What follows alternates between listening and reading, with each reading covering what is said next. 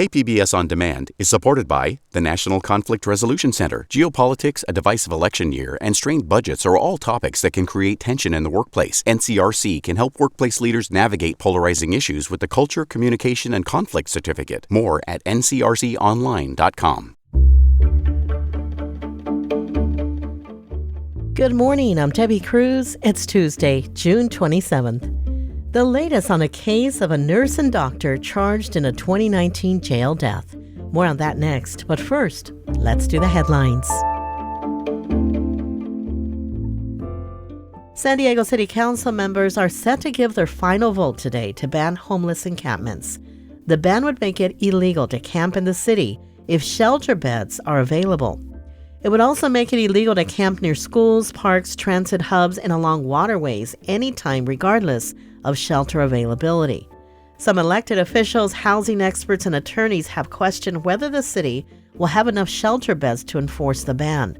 Mayor Gloria has outlined more than 20 locations where people would be allowed to camp, sleep in a vehicle, and obtain indoor shelter. The locations would add at least 600 new options for unhoused San Diegans over the next 18 months. Our partners at iNewsSource are reporting that Gloria's plan could cost between $30 and $66 million. But the city's budget to expand shelters next year is only $7.4 million. City officials say the city will count on donations for more funds. The County Board of Supervisors today will discuss and vote on a more than $8 billion proposed budget for the new fiscal year. The budget being considered adds more than $60 million to the original recommended plan. It includes more funding to address the housing crisis, special election costs, mental health and substance use disorders, road safety improvements, and more. While this may improve your commute experience every day, 4 new miles of carpool lanes are now open on northbound Interstate 5 between Carlsbad and Oceanside. To get an idea where the carpool lane extensions are, they're between Palomar Airport Road and State Route 78. They will connect to the existing 9 miles of HOV lanes on I-5 between Loma Santa Fe Drive and Palomar Airport Road. From KPBS, you're listening to San Diego News Now. Stay with me for more of the local news you need. KPBS On Demand is supported by UC San Diego's Art Power, presenting cellist Joshua Roman, performing from his album Immunity, alongside music by J.S. Bach and more. Sunday, June 22nd at UC San Diego's Epstein Family Amphitheater. Reserve your tickets at artpower.ucsd.edu.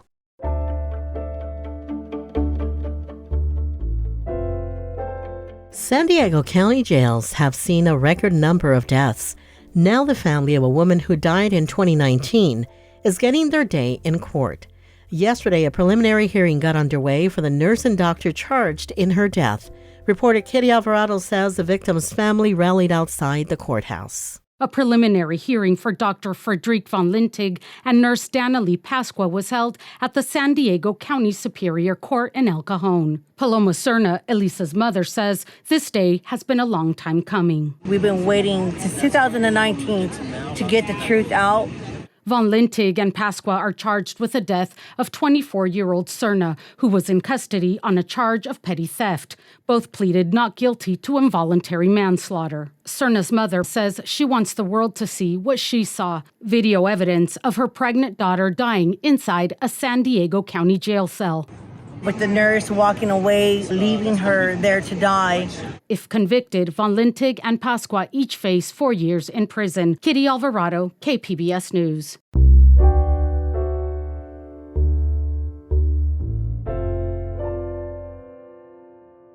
SDG&E passed a significant milestone as the company moves away from being the region's primary power buyer.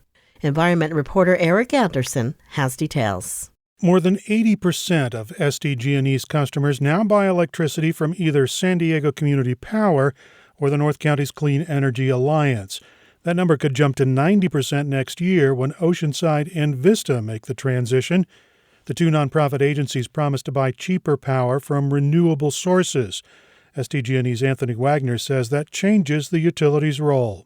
San Diego Gas and Electric will continue our primary mission of being an infrastructure company and providing best-in-class customer service. San Diego Gas and Electric will maintain the grid, and the company will still handle billing. In fact, Wagner says the online accounts are getting an overhaul, which breaks up the bill into three parts. One would be a delivery charge.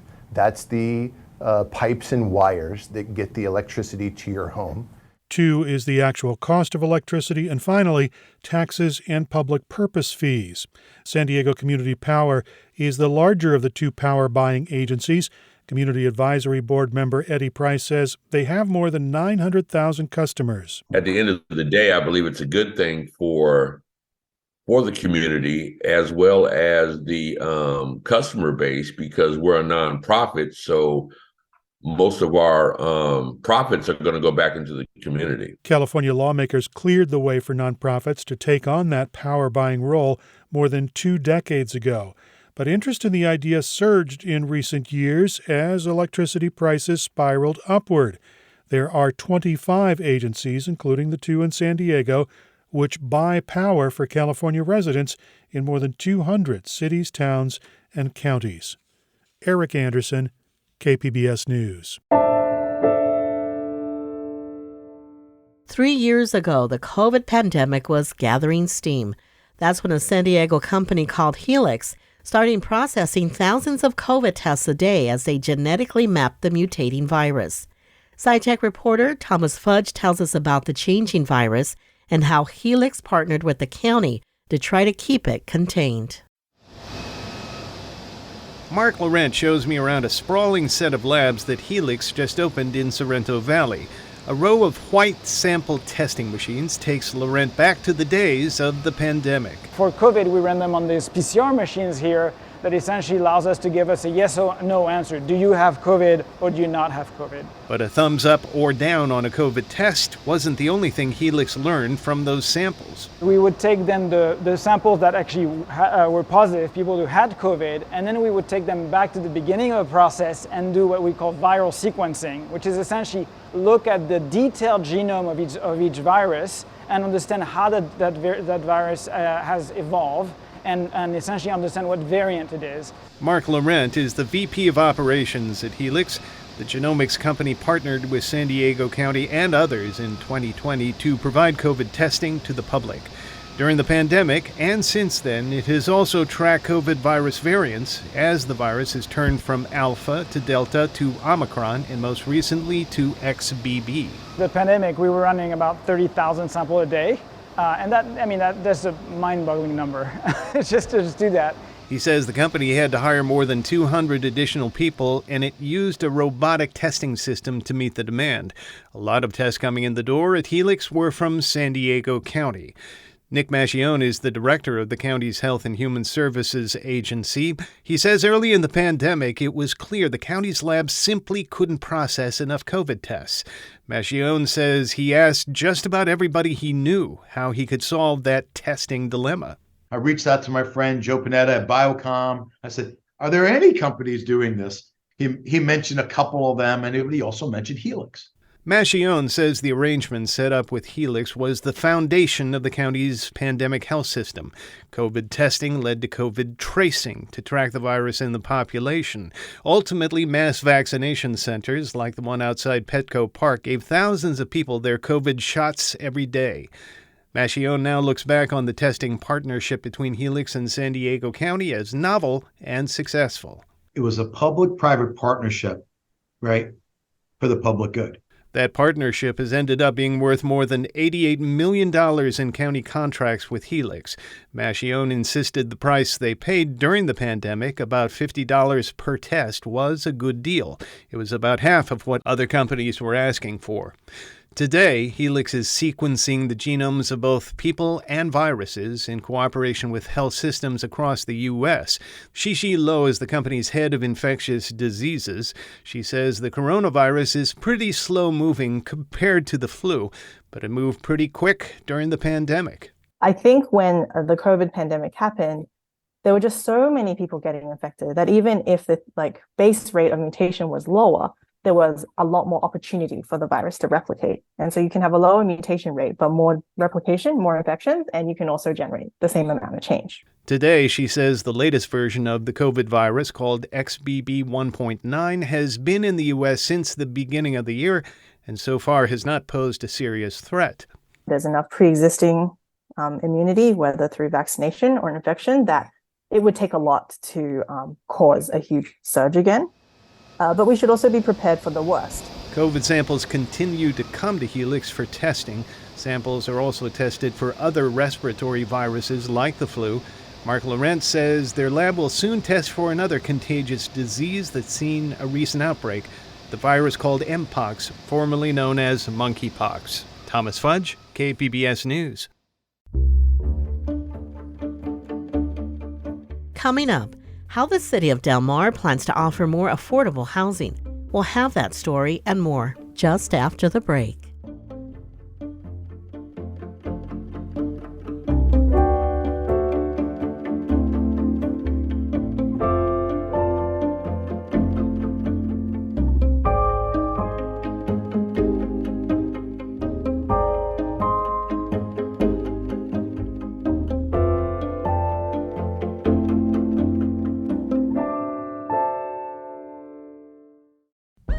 Now on the Finest podcast, the NPR Tiny Desk Contest. We highlight our favorite local entries and hear from the artists who made them. We're just very tired of hearing music that doesn't represent the people or is very nonsense or just dumbing people down. Listen now wherever you get your podcasts.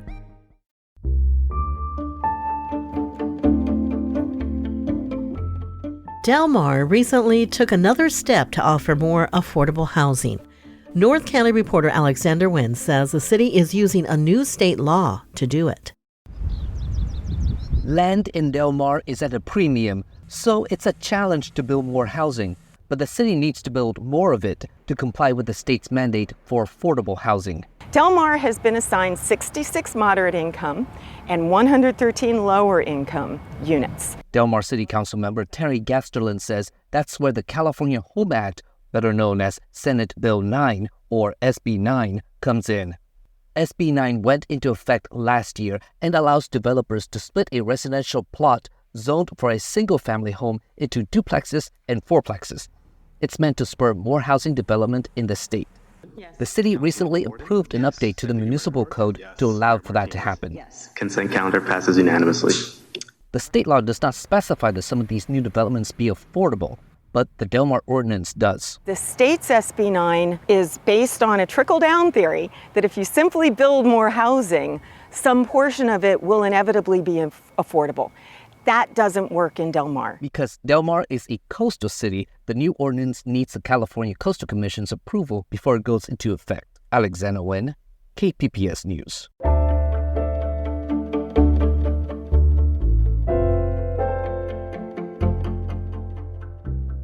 Don't miss the bus to help unsheltered youth in our area. The annual Stuff the Bus school supplies drive got underway yesterday to benefit students experiencing homelessness. The San Diego County Office of Education and San Diego County Credit Union have teamed up for the 9th year to raise money to purchase backpacks and school supplies for students. Money donations will be accepted online or at any Jersey Mike's in the county. A portion of donations will also assist San Diego Youth Services in providing meals for homeless youth through its various food programs.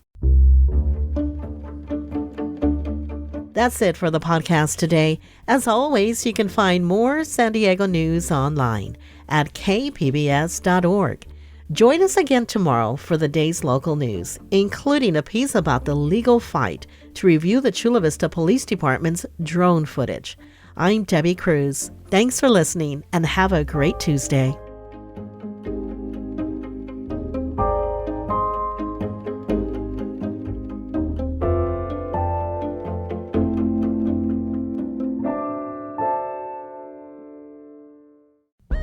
Now on the Finest podcast, the NPR Tiny Desk Contest. We highlight our favorite local entries and hear from the artists who made them.